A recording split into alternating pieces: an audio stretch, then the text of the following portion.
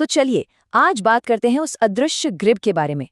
एक ऐसा सिस्टम जो हमारे फोन के मैप से लेकर हमारी घड़ियों तक सब कुछ कंट्रोल करता है। ये तो हम सब ने देखा है ना? फोन पर मैप खोला और एक छोटा सा नीला डॉट बताता है आप यहाँ हैं।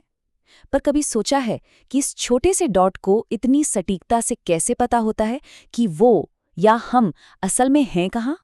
मतलब इतने बड़े ग्रह पर किसी एक जगह को पिन पॉइंट करना ये कैसे मुमकिन है? बस यही वो सवाल है जिसका जवाब हम आज इस सफर में ढूंढेंगे। और हाँ, ये किसी रहस्य से कम नहीं लगता। तो चलिए फोन के इस सीक्रेट मैप के पीछे जो सिस्टम छिपा है उसे समझना शुरू करते हैं। देखिए, किसी भी जगह का पता लगाने के लिए सबसे पहले तो इंसानों को दुनिया को दिखाने का कोई तरीका ईजाद करना था, और यहीं से शुरुआत हुई नक्शों की। ये वो पहली टेक्नोलॉजी थी जिसने हमें हमारी दुनिया को एक कागज पर उतारने का मौका दिया। और जानते हैं, नक्शों को पढ़ने के लिए एक तरह से उनकी भाषा सीखनी पड़ती है। जी हाँ, बिल्कुल किसी भाषा की तरह ही मैप्स के भी अपने कुछ नियम और अपने हिस्से होते हैं। किसी भी मैप को समझने के लिए बेसिकली 3 चीजें बहुत जरूरी हैं। पहली चीज है दूरी, जिसे स्केल भी कहते हैं। मतलब मैप पर 1 इंच असल में जमीन पर कितने किलोमीटर के बराबर है। फिर आती है दिशा, जिससे पता चलता है कि नॉर्थ किधर है। और तीसरी चीज है प्रतीक, यानी वो छोटे छोटे निशान जो अलग अलग चीजों को पहचानने में हमारी मदद करते हैं। और ये प्रतीक, ये सिंबल्स एक तरह की यूनिवर्सल भाषा हैं। मतलब कोई इंसान दुनिया के किसी भी कोने में हो, रेलवे लाइन या नदी का निशान हर मैप पर करीब करीब एक जैसा ही दिखेगा। इससे इन्हें पढ़ना बहुत आसान हो जाता है। लेकिन फ्लैट मैप्स के साथ एक बहुत बड़ी दिक्कत है। हमारी पृथ्वी तो गोल है, फ्लैट नहीं। तो सोचिए, एक गोल चीज को एक सपाट कागज पर एकदम सही सही दिखाना, ये तो लगभग नामुमकिन है। इसी वजह से हमें एक बेहतर मॉडल की जरूरत पड़ी। और यहीं पर एंट्री होती है ग्लोब की। और ग्लोब के साथ ही हम बात करेंगे एक अदृश्य ग्रिड सिस्टम की, एक ऐसा जाल जो पूरी पृथ्वी पर फैला हुआ है। देखिए, ग्लोब जो है वो पृथ्वी का एक सच्चा मॉडल है। ये हमें उसका असली गोलाकार रूप दिखाता है।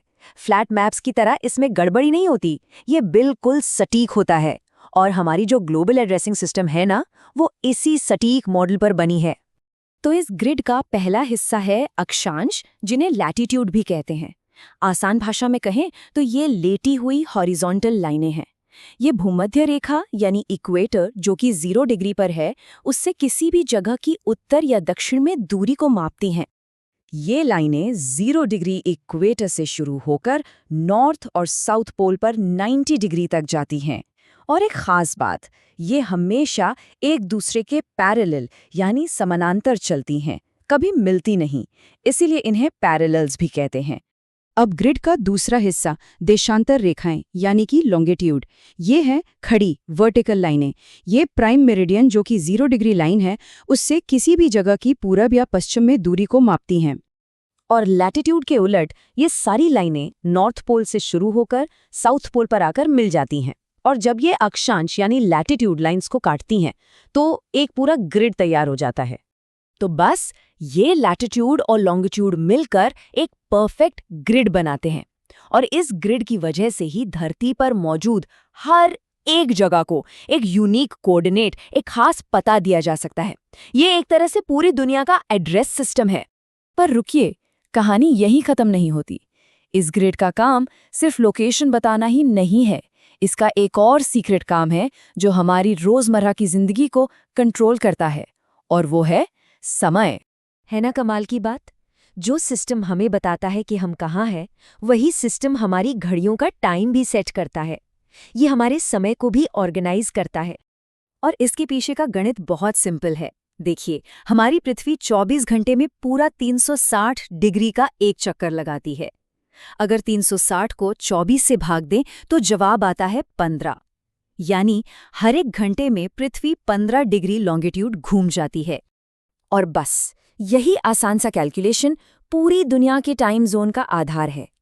हर 15 डिग्री लॉन्गिट्यूड पर समय 1 घंटे से बदल जाता है। सच में कमाल की चीज है ये। तो अब हम समझ सकते हैं कि ये जो ग्रिड सिस्टम है, ये सिर्फ कुछ काल्पनिक रेखाओं का जाल नहीं है। ये हमारे ग्रह का एक साझा ब्लूप्रिंट है, इंसानियत की एक वाकई में शानदार उपलब्धि। महान लेखक जूल्स वर्न ने कभी हमारे ग्रह की विशालता के बारे में लिखा था, और ये ग्रिड सिस्टम ही है जो हमें उस विशालता में अपनी जगह को समझने और खोजने में मदद करता है। तो आखिर में ये सिस्टम, ये ग्रिड एक कॉमन भाषा की तरह है, एक ऐसा इंसानी आविष्कार जो सिर्फ हमें रास्ता नहीं दिखाता, बल्कि हमें इस ब्रह्मांड में हमारी जगह को समझने में भी मदद करता है। तो चलिए इस चर्चा को एक सवाल पर खत्म करते हैं। ये ग्लोबल ग्रिड एक इंसानी आविष्कार था जिसने दुनिया को देखने का हमारा तरीका बदल दिया। अब सोचने वाली बात यह है कि अगला ऐसा कौन सा बड़ा आइडिया होगा जो एक बार फिर हमारे नजरिए को पूरी तरह से बदल कर रख देगा।